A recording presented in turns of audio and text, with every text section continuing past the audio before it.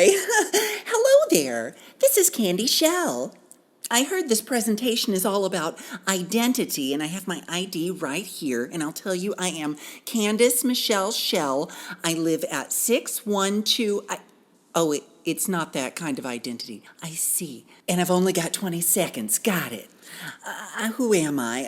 I'm a otherworldly, buxom, pastel blonde pop star on a mission to spread love and positivity throughout the universe through my music and comedy. How's that? Oh, I was born in the ocean from a shell, hence the name. Since I got to Honolulu, I have birthed 5 drag daughters: Anna Mae, Miss Everything Live, Lola LeChon, Shazzy Springs, and Angel DeVita. But it's crazy because as far as I know, I never even got to more than second base with a guy. Just fertile, I guess. But guys, I'm a mama and a career woman.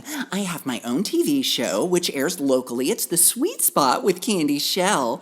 Also, since I moved to Honolulu, I've hosted and performed at so many prestigious venues and events, including last year, the Artwork the Runway fashion show at Hawaii State Art Museum. But you guys didn't come to hear me list my achievements and accolades. I mean, it's like, how long do we have, right? I know you guys want to get to the real and, see what's happening under the hood.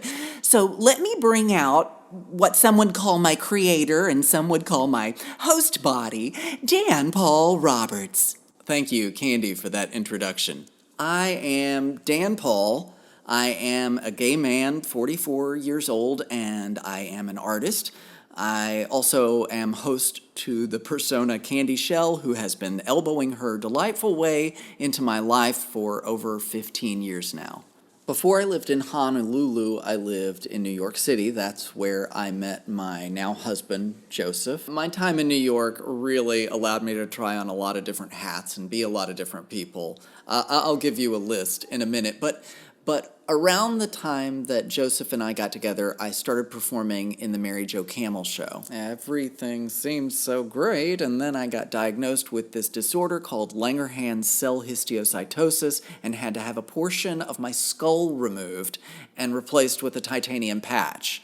Joseph took me into his home and took care of me while I healed. So obviously I had to lock that down. In terms of identity, I got to be both a person who was sick and possibly dying and a person who was genuinely, truly loved. We got married in his parents' backyard, and then we got on a plane and flew halfway around the world to start a life together.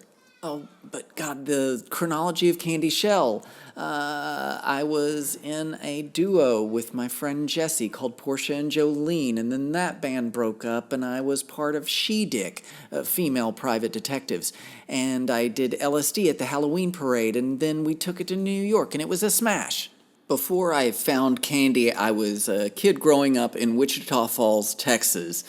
I didn't know where I wanted to be, but from a young age, something inside me told me it was someplace other than where I was.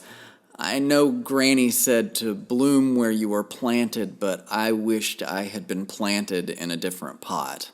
My parents were at odds from day one, and they split when I was 3 years old, and my best friends were Kermit and Miss Piggy. Losing stability at such a young age sent me deep into an internal world that allowed me to feel safe. I played pretend and drew pictures. That skill helped me to make friends, though I always kind of felt like an outsider growing up. I was clearly different from the other kids around me. In another life, I probably would have been trans. As an early grade schooler, I remember asking God every day to let me wake up the next morning and be a girl. It just kind of made sense to me. I wasn't into boy things. I was interested in the activities, toys, and topics that girls my age were drawn to. It didn't seem fair. I knew I would be the most perfect girl anyone had ever seen, better even than my gorgeous and popular cousins who had never known what it was like to be an outsider. I tried to learn to be a boy, a little. I did t-ball and weightlifting and church camp, and all I did was get a big crush on my dorm mate. We're actually good friends to this day. Am I getting off track again? Identity. Here are some of the other identities I have identified with. I've been a go-go boy, a drag queen, and a birthday clown, a karaoke host, a dog walker, a graphic designer. I've been a counterculture creator and a choir boy, a husband, dog, a dad and friend, a spiritual seeker, athlete.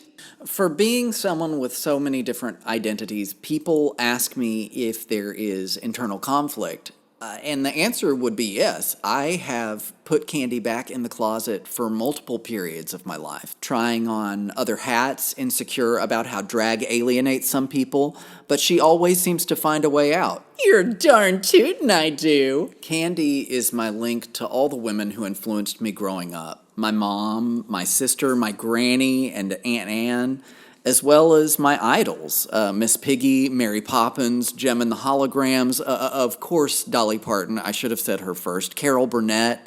Candy feels like a hybrid of both the feminine in me that I tried for so many years to hide or suppress, meeting with some kind of ethereal goddess energy to create this whole other person who only shows up when I have a wig and a half-pound of makeup on. Supernatural. But I'm totally liberated from all my own fears and issues. And suddenly, my consciousness is a car, I'm in the back seat, and Cinderella is driving. And much like Cinderella, she leaves just as the magic is starting to flicker out. Then it's just me, a man, in 5 pairs of tights and a double D brassiere.